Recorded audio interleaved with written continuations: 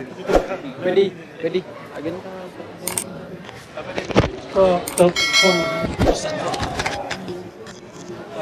Assalamualaikum warahmatullahi wabarakatuh.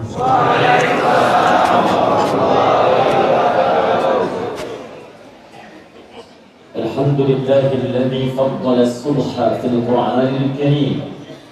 فقال والصبح إذا تنفس فأكد أهمية الفجر في القرآن الكريم فأقسم بكلمته فقال والفجر وقال في الأخرى إن قرآن الفجر كان مشهودا ثم الصلاة والسلام على النبي الكريم الرسول الأمين سيدنا محمد وعلى آله وصحبه وأمته إلى يوم الدين.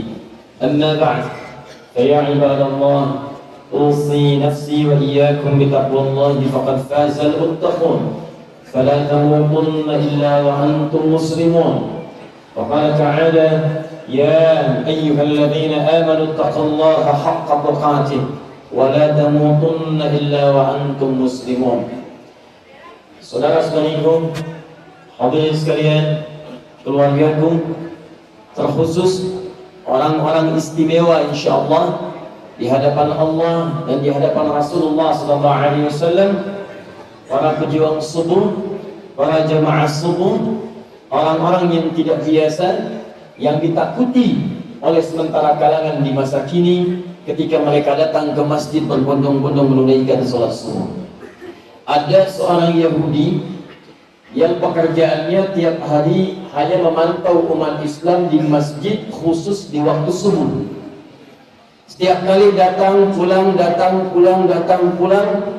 Lantas pernah kemudian diketahui ada seorang jemaah ditanya, kenapa anda setiap waktu sering datang ke masjid di waktu subuh hanya untuk melihat kami sholat? Apa jawaban orang ini? Waqala al-Yahudi, lantas dia berkata, orang Yahudi ini, saya hanya ingin tahu apakah jumlah jamaah subuh itu sudah sama dengan jumlah sholat Jumat atau belum.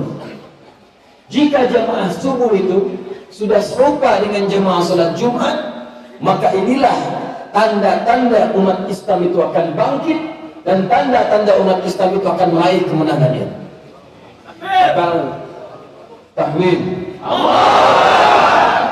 Maka saya punya keyakinan yang kuat, punya pandangan yang dalam, melihat kondisi teman-teman subuh sampai jilid ke-97 ini, ghirahnya luar biasa, bukan hanya di dalam masjidnya, sampai keluar masjidnya. Maka saya bermohon pada Allah Subhanahu wa Ta'ala, boleh jadi inspirasi kebangkitan Islam, inspirasi persatuan umat Islam, insya Allah di subuh ini akan tampak dimulai dari Masjid Agung Tanah Sawah ini. Hadirin sekalian, untuk meraih itu tidak cukup dengan amin. Karena amin itu letaknya setelah iyyaka na'budu wa iyyaka nasta'in. Iyyaka nasta'in, ya Allah, kami mohon, kami mohon, kami mohon. Kami minta, kami minta, kami minta. Kami punya persoalan, kami punya kebutuhan. Kami hanya mohonkan kepadamu saja. Tapi apa jawab hadis qudsinya? Perhatikan dalam salah satu hadis qudsi. Idza qala al-'abdu iyyaka na'budu, diawalkan iyyaka na'budu. Iyyaka na'budu wa iyyaka nasta'in. Jika hambaku dalam salatnya dia berkata iyyaka na'budu, ya Allah, kami komitmen beribadah kepadamu, kami sekarang menyembahmu, kami siap terus untuk beribadah kepadamu. Na'budu fi'il mudhari'. Dalam bahasa Inggris fi'il mudhari' itu punya tiga arti: present, continuous, future. Sekarang, terus, dan nanti sampai kapanpun. Ada komitmen, ya Allah, na'budu, sekarang kami ibadah, kami hanya menyembahmu, kami bermohon kepadamu, kami patuh kepadamu, sekarang, terus, dan sampai kapanpun. Baru kita katakan wa iyyaka nasta'in. Ya Allah, kami minta, ya Allah, kami punya permohonan. Yang sakit mohon sembuhkan, yang sulit mohon mudahkan. Ya Allah, yang haus mohon hadirkan minuman.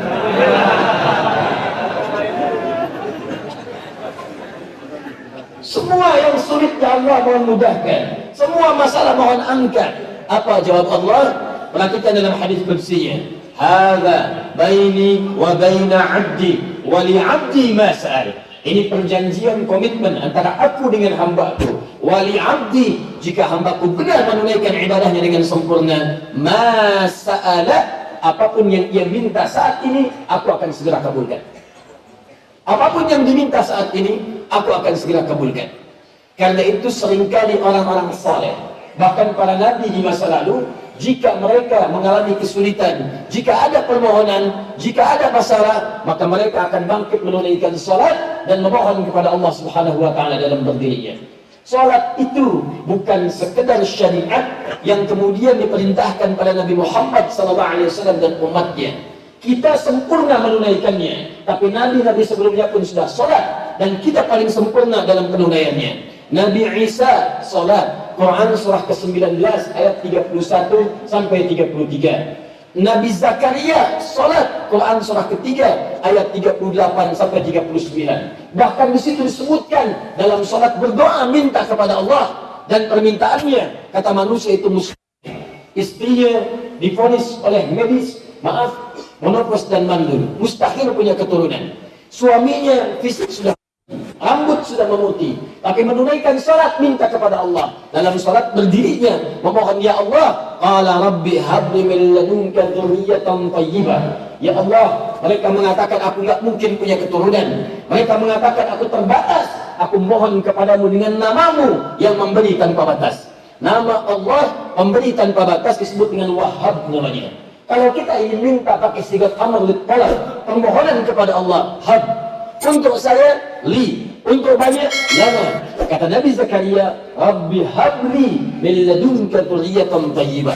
Ya Allah, yang pemberiannya tanpa batas, mohon anugerahkan dari sisimu saja. Karena orang mengatakan mustahil, maka hamba tak berharap pada orang lagi. Hamba minta padamu saja, mohon anugerahkan hamba keturunan dari sisimu, langsung berikan kepada hamba ya Rabb.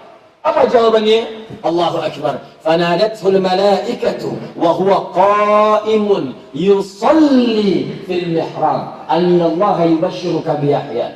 Tiba-tiba datang langsung malaikat menyampaikan kabar gembira. Kamu dapat kabar gembira dari Allah, akan punya anak, bahkan namanya langsung diberikan oleh Allah Yahya. Artinya hidup. Yang mustahil kata orang, lahir dari rahim seorang perempuan yang divonis menopause dan mandul, kata Allah tak ada yang mustahil bagi Allah. Jadi dan jadi dia. Kun fayakun. Kapan terjadi? Qaimun yusalli fil mihrab. Sedang dalam berdiri dalam salatnya, belum selesai salat dikabulkan oleh Allah. Nabi Ismail alaihissalam salat. Saking pentingnya salat, bahkan minta pada keluarganya semua salat. Diabadikan dalam Al-Quran surah ke-19 ayat ke-55. Wa kana ya'muru ahlahu bis-shalah. Dan Nabi Ismail itu bahkan perintahkan semua keluarga salat. Nabi Musa alaihissalam salat.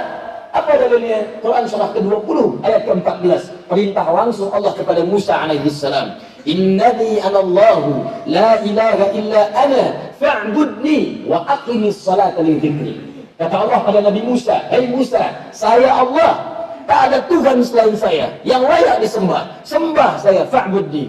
Bagaimana menyembahmu ya Allah? Wa aqimis salat, tunaikan salat, salat li dzikri, supaya engkau ingat kepadaku. Jadi semua nabi salat sampai ke tingkat yang paling atas. Anda urutkan dari Nabi Muhammad SAW sampai ke Nabi Adam, semua salat menyembah Allah Subhanahu wa taala.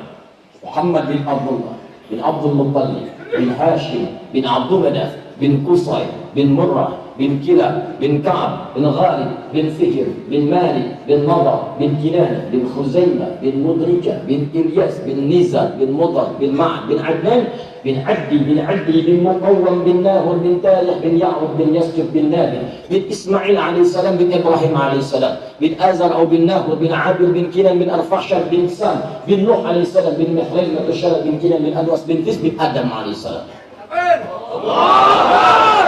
Rasul pertama diutus Nuh alaihissalam sampai ke Nabi Muhammad SAW, kata Allah kami berikan wahyu semuanya.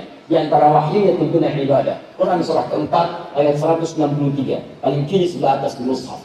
Inna auhayna ilaika kama auhayna ila Nuhin wan nabiyyina min ba'di. Kami wahyukan kepada Muhammad, kami turunkan wahyu, kami berikan perintah ibadah. Seperti kami berikan kepada Nuh dan nabi-nabi setelahnya. Nabi salat, Rasul salat, orang saleh salat, sahabat salat, tabi'in salat. Jadi kalau anda nabi bukan, Rasul bukan, sahabat bukan, tabi'in bukan, dan tidak salat, ada yang aneh.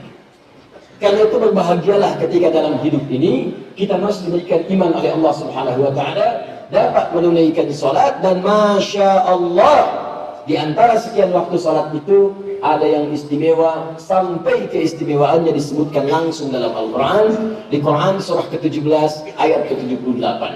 Mari kita lihat baik-baik, karena saya khawatir nanti banyak pejuang subuh datang waktu subuh jilidnya sudah ke-97 sama dengan jilidnya kitab Sahih Al-Bukhari. Sahih Al-Bukhari itu punya 97 pembahasan. Nama lengkapnya Al-Jami As-Sahih Al-Musnad Al-Mukhtasar min umuri Rasulullah sallallahu alaihi wasallam wa sunanihi wa ayyamihi. Itu nama lengkap kitabnya. Ulangi. Disingkat Sahih Al-Bukhari, punya 97 pembahasan. Kitab Badul Wahyi, Kitabul Iman, Kitabul Ilmi, sampai terakhir 97. Nah, yang paling menarik adalah dari sekian pembahasan-pembahasan itu ada satu yang sangat spesial tentang sholat, yaitu keutamaan sholat subuh. Jangan sampai nanti diisi sekedar datang, sholat, duduk, pulang, karena ada yang istimewa yang bahkan disebutkan dalam Al-Quran. Mari kita lihat kalimat Allah Subhanahu wa taala yang terangkum dalam Quran surah ke-17 ayat ke-78. Aqimis salata liduluki syamsi ila ghasaqil laili wa qur'anal fajr. Inna qur'anal fajri kana mashhuda. Kata Allah, aqimis salat. Awas, perhatikan baik-baik. Tunaikan salat dengan benar.